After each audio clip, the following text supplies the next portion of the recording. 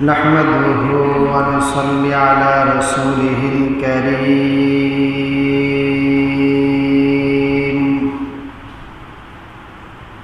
أما بعد فأعوذ بالله من الشيطان الرجيم بسم الله الرحمن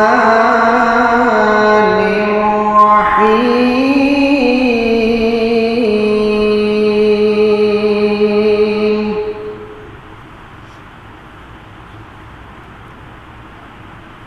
يا أيها الذين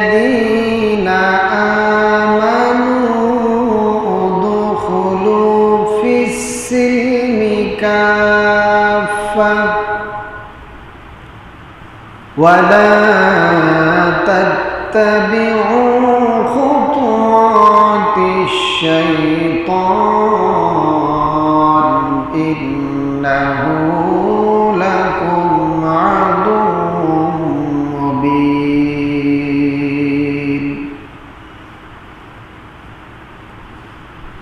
وقال رسول الله صلى الله عليه وسلم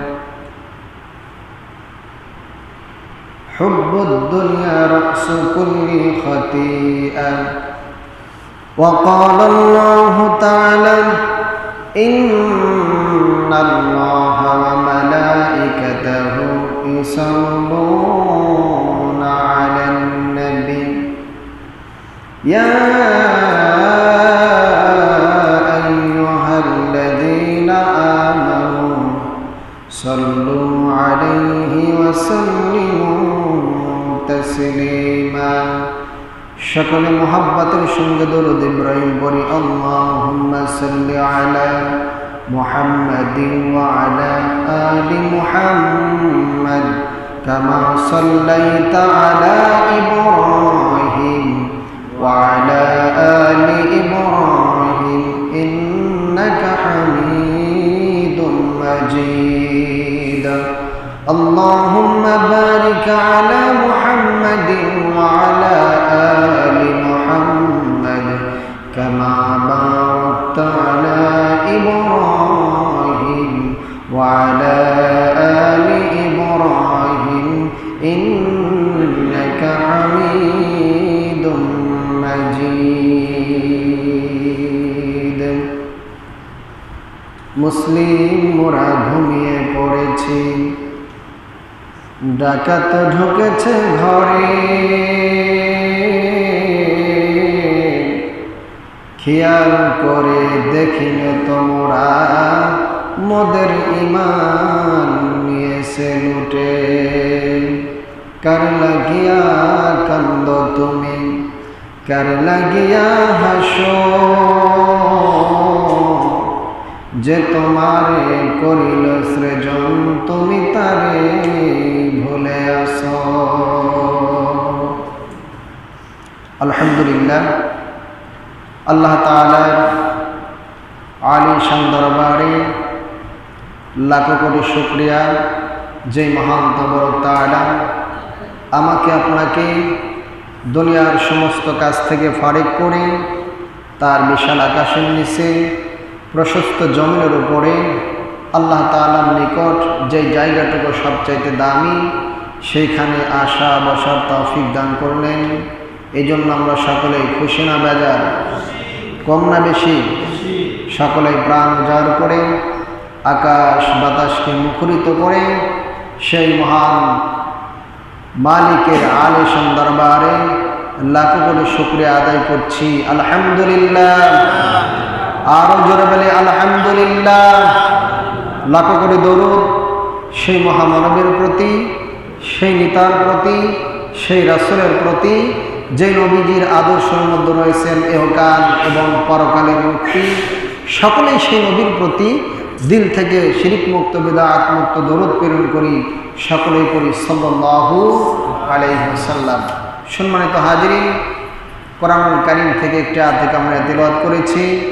রাসূল পাক সাল্লাল্লাহু আলাইহি সাল্লামের অসংখ্য অগণিত হাদিসের মধ্য থেকে ছোট্ট একটি হাদিস পাঠ করেছি।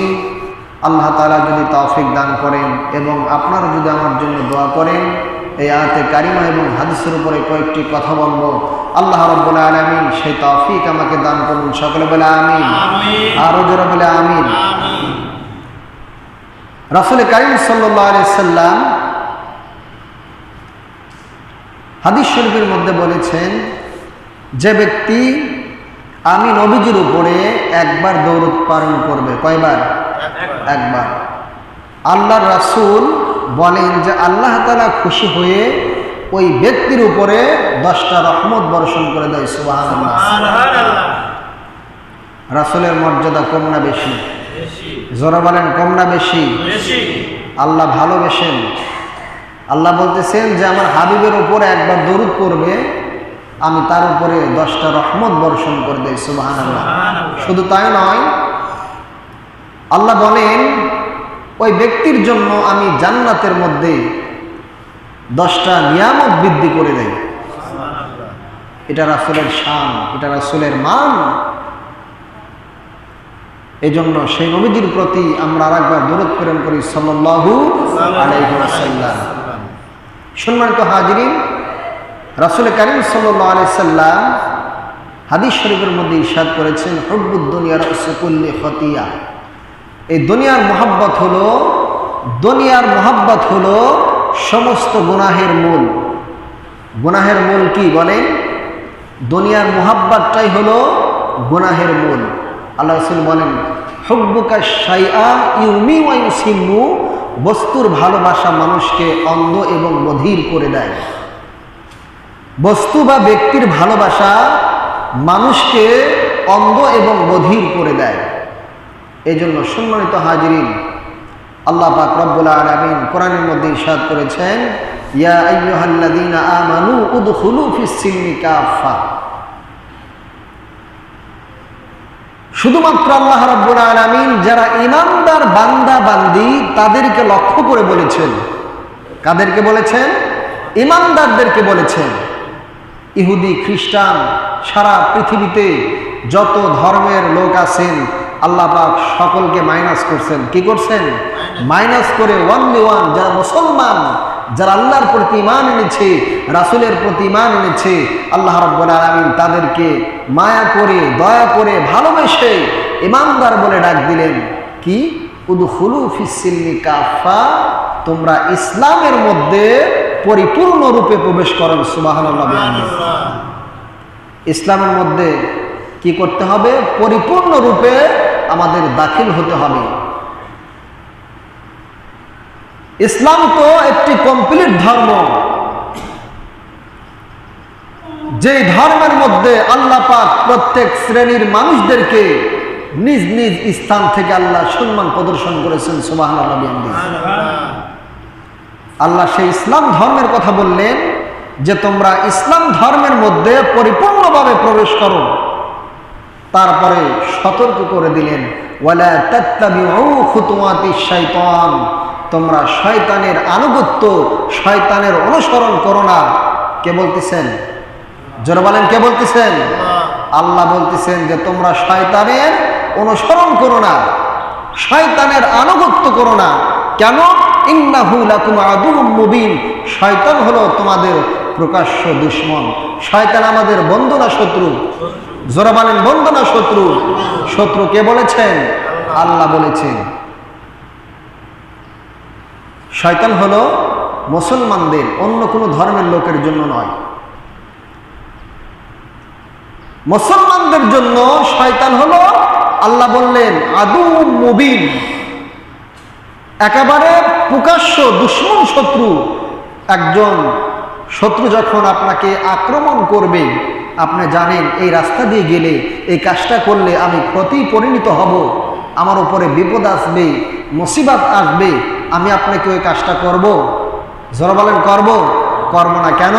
আমি জানতে পেরেছি, বুঝতে পেরেছি, দেখতে পেরেছি, আমি যদি এই কাজটা করি তাহলে আমার ক্ষতি হবে, অমুক ব্যক্তির কাছে যদি আমার যাই তাহলে আমি ক্ষতি পরিণত হব, আমার লাভের চাইতে ক্ষতির দিকটা বেশি হবে, এটা আমি যখন জেনে গেছি তখন আমি ওই কাজটা কখনো করব না। আল্লাহ পাক ঈমানদারদেরকে সতর্ক করলেন যে তোমরা শয়তানের অনুসরণ করো না, কারণ শয়তান হলো তোমাদের জন্য একেবারে প্রকাশ্য দুশমন, গোপন কোনো দুশমন নয়, প্রকাশ্য দুশমন।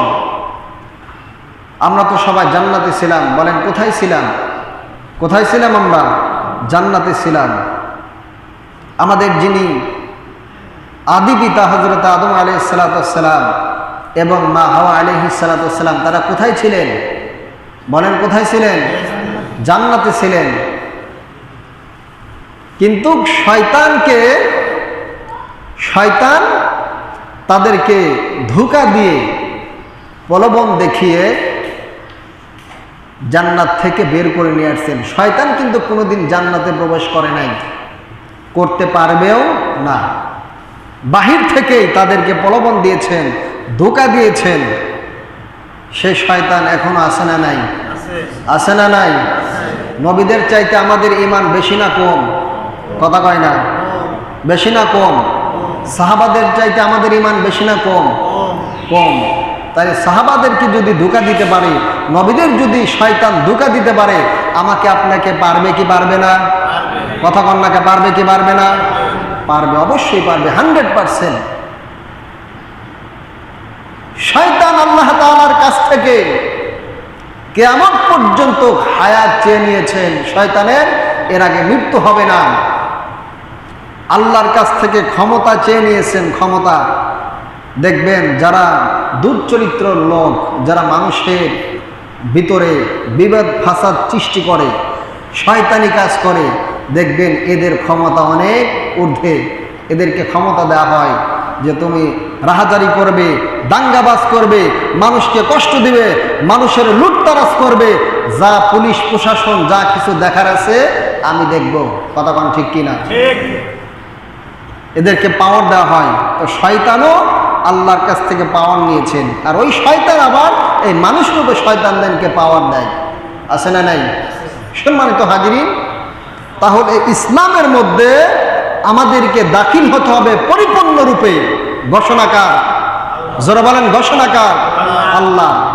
আল্লাহ বলেছেন উদখুলু ফিস-সিলমি কাফা, তোমরা ইসলামের মধ্যে পরিপূর্ণরূপে প্রবেশ করো। ওয়ালা তাত্তাবিউ খুতুওয়াতিশ শাইতান, তোমরা শয়তানকে অনুসরণ করো না, শয়তানকে আনুগত্য করো না, কারণ শয়তান হলো তোমাদের প্রকাশ্য শত্রু, প্রকাশ্য দুশমন। এই জন্য আল্লাহ পাক রব্বুল আলামিন যারা ঈমানদার তাদেরকে বিভিন্ন রূপে, বিভিন্ন ভাবে, বিভিন্ন কায়দায় পরীক্ষা করে থাকেন। ঈমানদার পরীক্ষা ছাড়া জান্নাতে যেতে পারবে না।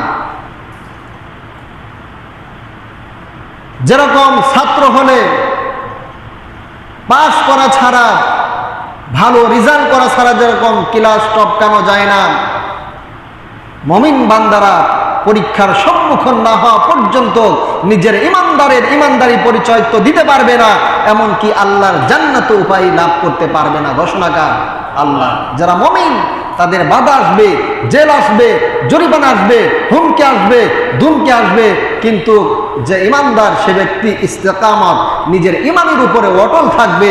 হুমকি দুমকি, দুনিয়ার লোভ লালসা কোনো কিছুকে মুমিন পরোয়ার করে না। কোরআনুল কারীমের মধ্যে একাধিক নবীর বর্ণনা এসেছেন, প্রায় 25 জন নবীর কথা কোরআনের মধ্যে উল্লেখ করা হয়েছে। নবীদের জিন্দেগি আমরা এখানে যারা আছি এমন কেউ নেই যে জানি না। সব নবীর জিন্দেগি আমরা, জীবনী তাদের জানি। এমন কোন নবী ছিলেন না, এমন কোন সাহাবী ছিলেন না, এমন কোন তাবেঈ ছিলেন না, এমন কোন উল্লেখযোগ্য আলেম ছিলেন না যে তাদের জীবনে ঈমানি পরীক্ষা আসে নাই। কথা কোন ঠিক কিনা? প্রত্যেকটা নবী, প্রত্যেকটা রাসূল, প্রত্যেকটা সাহাবীর উপরে এরকম কষ্টের জীবন এসেছেন, ঈমানি পরীক্ষা এসেছেন। আমরা যারা মুমিন আছি, নিজেদেরকে ঈমানদার হিসেবে দাবি করি, আমাদেরও পরীক্ষা আসতে পারে কি পারে না? জোরে বলেন, পারে কি পারে না? অবশ্যই আসবে। সম্মানিত হাজিরিন, আল্লাহ পাক রব্বুল আলামিন এই পৃথিবীতে হযরতে আইয়ুব আলাইহিস সালাতু ওয়াস সালামকে প্রেরণ করেছিলেন। কোন নবী? বলেন কোন নবী? আইয়ুব আলাইহিস সালাতু ওয়াস সালাম। এই নবীর জন্ম হলো সিরিয়ায়। বলেন কোথায়? সিরিয়ার মধ্যে আইয়ুব আলাইহিস সালাতু ওয়াস সালামকে আল্লাহ রাব্বুল আলামিন প্রেরণ করেছিলেন। এই নবী পৃথিবীতে জীবিত ছিলেন 140 বছর। বলেন কতদিন? 140 বছর তিনি দুনিয়াতে জীবিত ছিলেন। এই আইয়ুব আলাইহিস সালাতু ওয়াস সালাম বিবাহ করেন হযরতে ইউসুফ আলাইহিস সালাতু ওয়াস সালামের সন্তান এই ছেলের ঘরের নাতনিকে তিনি বিবাহ করেন হযরতে বিবি রহিমা আলাইহিস সালাতু ওয়াস সালামকে। কোন নবীর কথা বললেন? ইউসুফ নবীর ছেলের ঘরের মেয়েকে, অর্থাৎ ইউসুফ নবীর নাতনিকে বিবাহ করেন হযরতে আইয়ুব আলাইহিস সালাতু ওয়াস সালাম, যার নাম হলেন বিবি রহিমা। আল্লাহ পাক রব্বুল আলামিন 5 জন নারীকে আসমান থেকে জিবরিলের মাধ্যমে সালাম জানিয়েছেন, তার মধ্যে একজন বিবি রহিমা। এমনিতে সালাম জানাইছেন? কথা কয় না। এমনি সালাম জানাইছেন? মা খাদিজাকে এমনি সালাম জানাইছেন? মা সুমাইয়াকে এমনি সালাম জানাইছেন? তারপরে মুসা আলাইহিস সালাতু ওয়াস সালামের মাকে এমনি সালাম জানাইছেন? আসিয়াকে এমনি সালাম জানাইছে আল্লাহ? এদের জীবনী আমরা সকল জানি।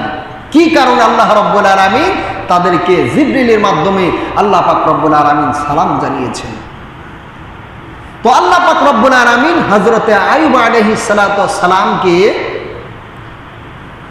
রাজত্ব দান করলেন। রাজত্ব, বাদশাহিত্ব তাকে দান করলেন। ধন সম্পদ সব কিছু আল্লাহ পাক তাকে দান করলেন। আইয়ুব আলাইহিস সালাতু ওয়াস সালাম তিনি এমন একজন নবী ছিলেন, হার হামেশা আল্লাহ তাআলার ইবাদতের মধ্যে কাটাইতেন। আর আমাদের সমাজের মধ্যে যারা ক্ষমতা পায়, ক্ষমতা পাওয়ার আগে দেখবেন মসজিদে এমন আশা আসে, কথা কয় না কেন? আর যখন ক্ষমতা পেয়ে যায় তাদেরকে মসজিদে পাওয়া যায় মিছিল মিটিং এ সভা তে সভা, এগুলো করতেই শেষ। আছে না নাই? আছে।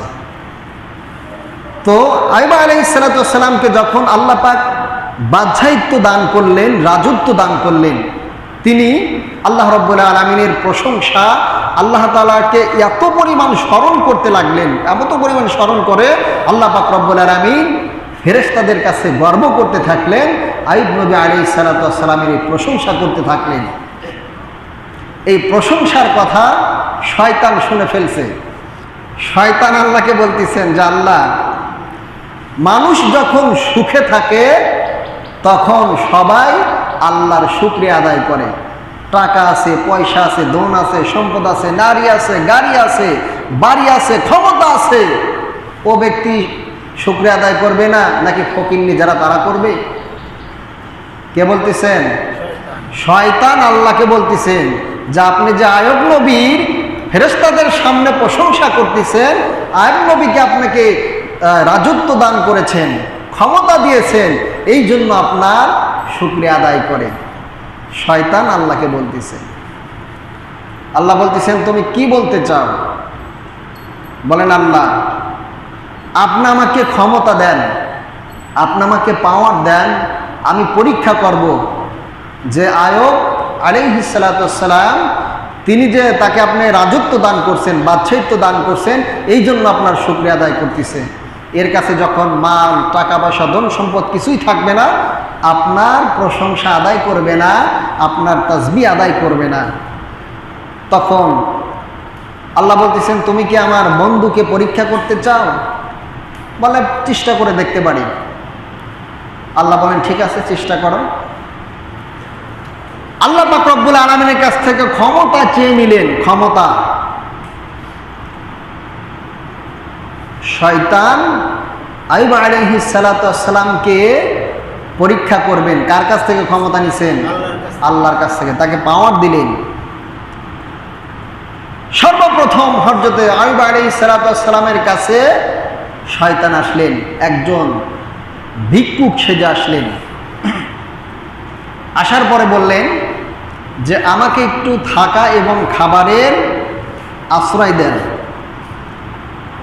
দেখবেন যারা মদ পান করে, গুনার কাজ করে, জিনা করে, জুয়া খেলে, যেই বিধানগুলো আল্লাহ তাআলা নিষেধ করেছেন কড়া ভাষায়, এই সমস্ত কাজের মধ্যে যারা লিপ্ত থাকে তাদের শরীর দিয়ে একটা দুর্গন্ধ বের হয়। কথা বলেন ঠিক কিনা? যারা বিড়ি খায় তাদের গাও দিয়ে কি আতরের মতো বাসনা বাড়ায়? কথা কয় না কেন? বিড়ির গন্ধ বাড়ায়। যারা মদ খায় তাদের গাও দিয়ে কি কস্তুরীর বাসনা বের হয়? বের হয় না, মদের গন্ধ বের হয়, দুর্গন্ধ বের হয়। তো শয়তান তো কোনো সময় ভালো কাজ করে নাই, ওর অন্তরটা তো পচে গেছে, নষ্ট হয়ে গেছে। একজন নবীর কাছে একজন ভিক্ষুকের ব্যাস নিয়ে সুরাত নিয়ে আসছেন। নবী তো টের পাইছে ওকে, সরাসরি না বলে বলতেছেন তোমার যা নেওয়ার প্রয়োজন তুমি নিয়ে যাও, কিন্তু তোমাকে আমার বাড়িতে তোমাকে আশ্রয় দেব না। শয়তান প্রচন্ড রেগে গেলেন। সর্বপ্রথম আইয়ুব আলাইহিস সালাতু ওয়াস সালাম তার যে রাজত্ব ছিল, ধন সম্পদ ছিল, এই শয়তান হযরত আইয়ুব আলাইহিস সালাতু ওয়াস সালামের বিশাল বড় একটা উটের পাল ছিল, সেখানে আগুন নিক্ষেপ করে একটা প্রবাহিত বাতাস দিয়ে আল্লাহর কাছ থেকে ক্ষমতা নিয়ে আসছে, প্রবাহিত বাতাস দিয়ে আগুন নিক্ষেপ করে সমস্ত উটের পালগুলোকে ধ্বংস করে দিয়েছেন। উটের রাখাল হাঁপাইতে হাঁপাইতে আল্লাহর পয়গম্বর হযরতে আইয়ুব আলাইহিস সালাতু ওয়াস সালামের খেদমতে উপস্থিত হয়ে বললেন, আল্লাহর পয়গম্বর, একটি দুঃসংবাদ, আপনার যত উটের পাল ছিল একটি আগুন এসে, একটা বাতাস এসে সমস্ত উটকে জ্বালিয়ে পুড়িয়ে সারসার করে দিয়েছেন। আল্লাহর পয়গম্বর হযরতে আইয়ুব আলাইহিস সালাতু ওয়াস সালাম বললেন, আলহামদুলিল্লাহ, আলহামদুলিল্লাহ, আল্লাহর সম্পদ আল্লাহ নিয়ে গেছেন, আমার কিছুই করার নাই। আল্লাহু আকবার, আল্লাহু আকবার। এক সেকেন্ডের জন্য, একটা মুহূর্তের জন্য হযরত আইয়ুব আলাইহিস সালাতু ওয়াস সালাম তার মনটাকে ছোট করে নাই। আল্লাহর শুকর আদায় করছেন। আল্লাহর সম্পদ, আল্লাহর মাল আল্লাহ নিয়ে গেছেন, আলহামদুলিল্লাহ। শয়তান বললেন যে আমি তো আইয়ুব আলাইহিস সালাতু ওয়াস সালামকে কিছুই করতে পারলাম না, কিছুই করতে পারলাম না। দেখেন কি ধাপে ধাপে আইয়ুব আলাইহিস সালাতু ওয়াস সালামকে আল্লাহ পরীক্ষা নিলেন, কি ধাপে ধাপে। ইব্রাহিম নবীকে পরীক্ষা নিয়েছেন, ইউসুফ নবীকে পরীক্ষা নিয়েছেন, একজন নবীকে জেল খাটতে হয়েছে, জাকারিয়া আলাইহিস সালাতু ওয়াস সালামকে দুটুকরো করেছেন, মুসা আলাইহিস সালাতু ওয়াস সালামকে আল্লাহ পরীক্ষা করেছেন, সব নবীদেরকে পরীক্ষা করেছেন। আমার নবীজির মাতৃভূমি পর্যন্ত পরিত্যাগ করতে হয়েছে, তায়েফের ময়দানে রক্তাক্ত ঝরাতে হয়েছে, উহুদের ময়দানে দন্দন মোবারক নবীজির শহীদ করতে হয়েছে। এগুলো সব আল্লাহর ঈমানি পরীক্ষা। এরকম পরীক্ষা আমাদের জীবনে আসতে পারে কি পারে না? জোরে বলেন, পারে কি পারে না? ইমানদার পরীক্ষা দেওয়া ছাড়া ইমানদারিত্ব টিকে রাখতে পারবে না। ইমানদারের উপরে যতক্ষণ পর্যন্ত পরীক্ষা না আসবে ততক্ষণ পর্যন্ত নিজেকে ইমানদার হিসেবে দাবি করতে পারবে না। ঘোষণাকার, জোরে বলেন, ঘোষণাকার আল্লাহর ঘোষণা। আমার বন্ধুরা রে, গভীর মনোযোগ। আল্লাহর নবীর পয়গম্বর হযরত আইয়ুব আলাইহিস সালাতু ওয়াস সালামকে পরীক্ষা করা শুরু করে দিলেন। শয়তান সর্বপ্রথম তার যে মেশকের পাল ছিল সমস্ত উটগুলোকে ধ্বংস করে দিলেন। রাখাল এসে হযরত আইয়ুব আলাইহিস সালাতু ওয়াস সালামকে ডাক দিয়ে বলে, ও নবীর পয়গম্বর। হযরত আইয়ুবকে বলে, একটা ধনুকাল এসে, একটা আগুন এসে আপনার সমস্ত উটকে জ্বালিয়ে পুড়িয়ে সারসার করে দিয়েছে। আমার বন্ধুরা রে, আল্লাহর নবীর পয়গম্বর হযরত আইয়ুব আলাইহিস সালাতু ওয়াস সালামের শুকরিয়া আদায় করলেন, আলহামদুলিল্লাহ বললেন। একটা সেকেন্ডের জন্য, একটা মুহূর্তের জন্য তিনি মনটাকে খারাপ করলেন না। শয়তান বলল, এবার তার যে ভেড়ার পাল ছিল, বকরির পাল ছিল, একটা আগুন এসে সমস্ত ভেড়ার পাল, বকরির পালকে জ্বালিয়ে সারসার করে দিল। ভেড়ার পালের রাখাল নবী আইয়ুব আলাইহিস সালামের নিকটে সে ডাকতে বলেন, ও পয়গম্বর, একটা আগুনের ফুলকে এসে আপনার সমস্ত ভেড়ার পালগুলোকে জ্বালিয়ে সারসার করে দিয়েছে। হযরত আইয়ুব আলাইহিস সালাম শুকরিয়া আদায় করলেন, আলহামদুলিল্লাহ বললেন। একটা মুহূর্তের জন্য, একটা সেকেন্ডের জন্য তিনি কখনোই মনটাকে খারাপ করে নাই। আমার বন্ধুরা রে, এবার ইবলিস শয়তান চিন্তা করলেন, ভাবনা করলেন, হযরত আইয়ুব আলাইহিস সালামকে তো ধন সম্পদ থেকে মাহরুম করে দেওয়া হলো।